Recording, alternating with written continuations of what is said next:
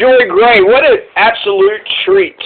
Thank God that the good Lord Almighty, produced us a Briahna Joy Gray. Two things about the NSA stunned me right off the bat. How technologically sophisticated it was compared with the CIA, and how much less vigilant it was about security in its every iteration, from the compartmentalization of information to data encryption. Data. In Geneva, we'd had to haul the hard drives out of the computer every night and lock them up in a safe, and what's more, those drives were encrypted. The NSA, by contrast, hardly bothered to encrypt anything. So today is Briahna Joy Gray Day.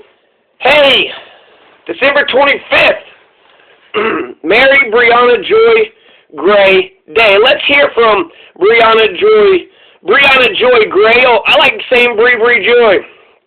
Let's hear what Bree Joy asked Nina Turner. To that end, I'm sure it's not escaped your notice that there's a lot of brouhaha online right now about this question of whether or not the small progressive cohort in the House should use its leverage in this moment to try to extract a concession out of Nancy Pelosi. Namely, people are asking for her to bring a Medicare for all to a floor vote. There's some other asks that people have brought up that I think are smart. David Throda, our colleague, has mentioned getting rid of Richard Neal from the Ways and Means Committee, getting rid of PAYGO, other things that would help to progress and advance a progressive agenda.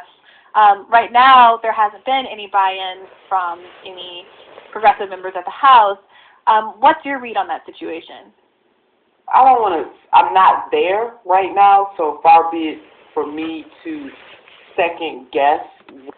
So Nina Turner is hedging on force the vote. She's hedging on force the vote. You would think she's radical, she's passionate right there on Bernie's side, and yet when it comes to should we put pressure on Pelosi to get a Medicare for all vote, if you ain't going to put pressure on Pelosi to get a Medicare for all vote, what you going to put pressure on Pelosi for?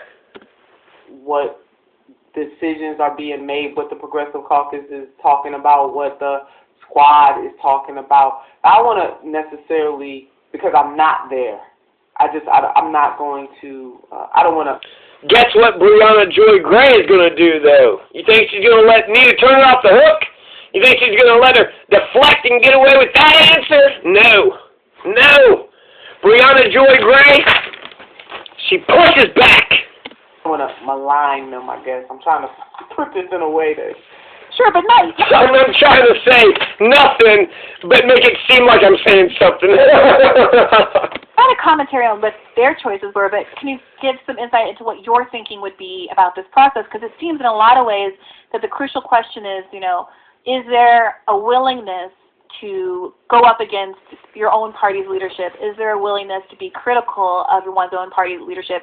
Someone like Senator Sanders, obviously, as an independent, has kind of set himself apart and made himself very willing to be oppositional at certain points in his career, sometimes more so than other times.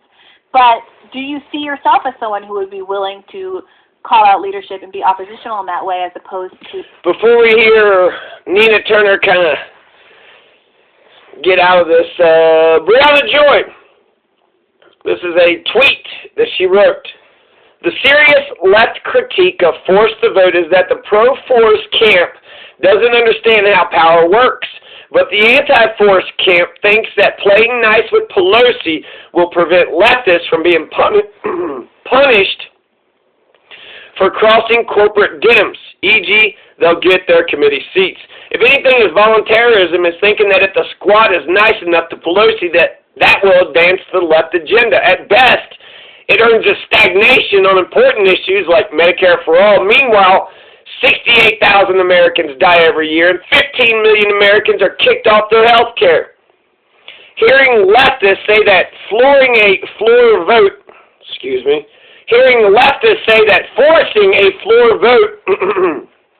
for Medicare during a global pandemic for all is purely politics when 88% of Democrats support it and Democrats have the House is truly upsetting.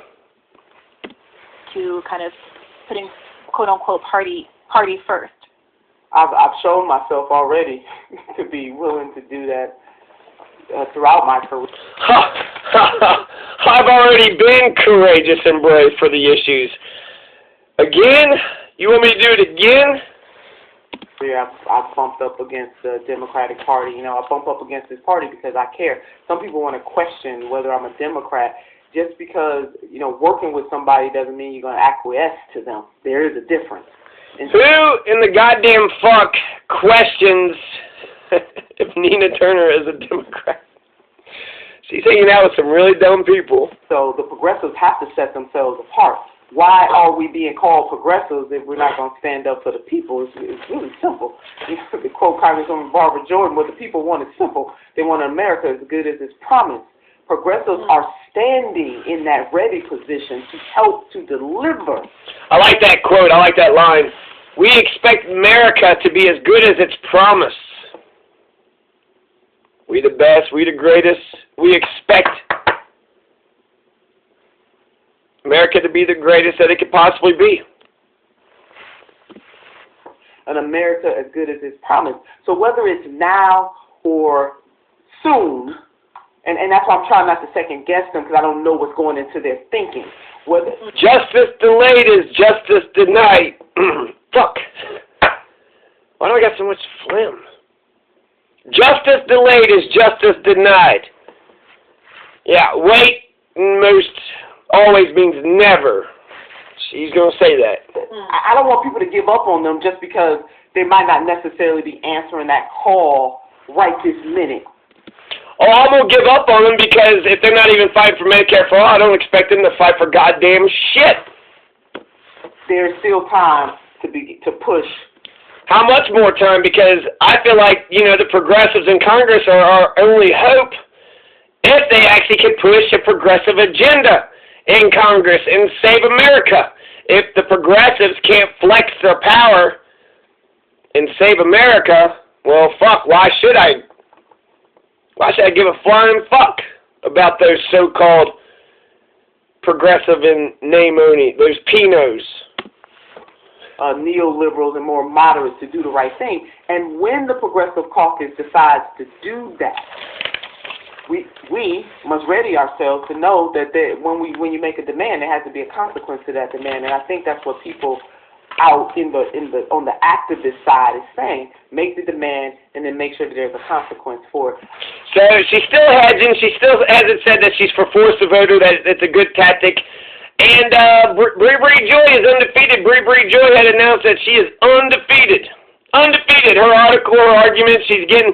Who's beat her? Who's got stronger arguments? Everybody else getting psycho and crazy and all this drama and shit, but if you just look at the arguments, make a list of the pros, make a list of the cons, and then make a decision. Make a little T-chart. I will. God, I don't even necessarily want to say be patient because, you know, even Reverend Dr. Martin Luther King Jr. said wait almost means never. Right. I'm trying to be strategic in what I'm saying. Not in terms of being misinterpreted. I'm glad that Briahna Joy asked the question. I think Nina Turner will, you know, get on board eventually. It's more aligned with her spirit, I would think. But for right now, she's a politician playing politician games. She got to get them moderate, you know, Democrats. I guess she's appealing to them moderates to vote for her. But just because I have served inside bodies before, and a lot of times what people think they know, they don't really know. That's why I'm trying to just kind of be a little more open to what may or may not be happening. But there is going to come a point. To answer your question, isn't Nina Turner in Congress right now? I know she's running for election, but she's not there right now because she's running for campaign. Crazy. Directly, I have proven myself to bump against even county reform in Cuyahoga County in Virginia. I don't even know if you remember that or not, but that was something that the Democratic Party did not support. We had corruption in Cuyahoga County at the hands of Democrats, and the people wanted to see something different. And I bumped up against the party. I bumped up against even leaders in the black community on this, and the issue passed. So that is by way of example. I do not shrink from standing up what I think is right and good, what I think is in the best interest of people, and that will not change if or when, I want to say when I get to Congress. But I do want people that just have a little more mercy, not necessarily wait in the sense of you need to wait a long time, but just to have a little more patience. And let's see what's going to happen moving forward. But the reason why we need activists out there is to push elected officials. That's what we need. We need the grassroots. So I'm supposed to trust that Nina Turner is going to go into Congress and stand up and get us all the things that we need, and I think she will, and maybe she is just trying to appeal to them damn moderates. But she can't just say, yes, it's a good idea. I like it. I like it. If she doesn't put Medicare for all on if we don't get a public option or Medicare for all, she shouldn't have the House. The Democrats have the House, and people are saying, oh, health care is impossible. Why? All because Pelosi is right there. You'd have to convince Nancy. In 1993, she was for single-payer health care. Not anymore. 30 years in Congress, she's pretty well thoroughly corrupted. The whole nation hates Nancy and loves Medicare for all. Let's do what America wants. Let's get universal health care and fire Nancy Pelosi. Making the demand, and that is exactly what people are out there doing. But yes, you got to bump up against leadership, not because you bump up against because you want something better. Imagine, let me just give this example. Imagine if black folks, our ancestors, didn't bump up against the damn system, we wouldn't be free. So for people who say, go along to get along, or stay with the status quo, or be patient, or wait, no, some things you can't wait for. So Nina Turner says, wait, be patient, and then at the end she's like, you know what, don't wait, don't be patient. Which is it? Which is it? All right, here's a Ryan Knight interview with Briahna Joy and Ryan Knight. As you know, and Biden really did nothing in return, right? Biden made no big policy concessions, and he hasn't made one truly progressive cabinet pick. Although you could argue that Deb Haaland is the most progressive. Yeah. But the rest of them, you know, he celebrates, it's such a diverse cabinet. Well, a diverse cabinet of corporatists is still a cabinet of corporatists, correct, right?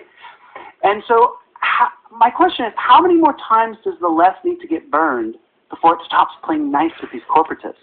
Is it time for progressives to accept who the Democratic Party really is, that it will never put the people over its corporate donors, and that it's time to build power for the progressive movement outside of the corporate parties with the People's Party? I am a strong proponent of the People's Party. Look, in 2016, Briahna Joy is a strong proponent overwhelmingly supported Hillary. Of the People's In Party. fact, they supported Hillary Clinton at a higher rate than Hillary Clinton supporters in 2008 voted for Barack Obama, our first black president. Right? They toed the line, they bent the knee, and regardless of that, as a consequence, the next 4 years they were blamed for Trump's win. Regardless of how true or not it was, for the next 4 years they were blamed for Trump's win. In 2020, Bernie Sanders hit the campaign trail even harder than he did for Hillary Clinton. He was out there as a 78-year-old man in the middle of a pandemic while Joe Biden was in the basement somewhere. And as a consequence, what happened? To your point, there have been no progressive appointees. In fact, there have been several appointees that are actively antagonistic to Bernie Sanders. He has hired a woman who literally assaulted his campaign manager when he was her subordinate. Mayor Tandon, you know, one of his most trusted advisors, Cedric Richmond, who was also an environmental liaison, comes from one of the most polluted districts in America. 7 out of the 10 most polluted air tracts in the country are in his district. That kind of flies in the face of the idea that he is going to be the trust science. So that's Briahna Joy Gray. Nina Turner hedged on force the vote. She's a radical. She's a firebrand. You would just kind of assume she would know a great common sense idea whose time has come. You would think she would just know it. But Ryan Knight knows, and Briahna Joy knows, and maybe Nina's playing political games, and she'll be back to her original vibrant self once she gets elected. Let's hope that's the case. Anyways, Merry Briahna Joy Gray Day. Peace.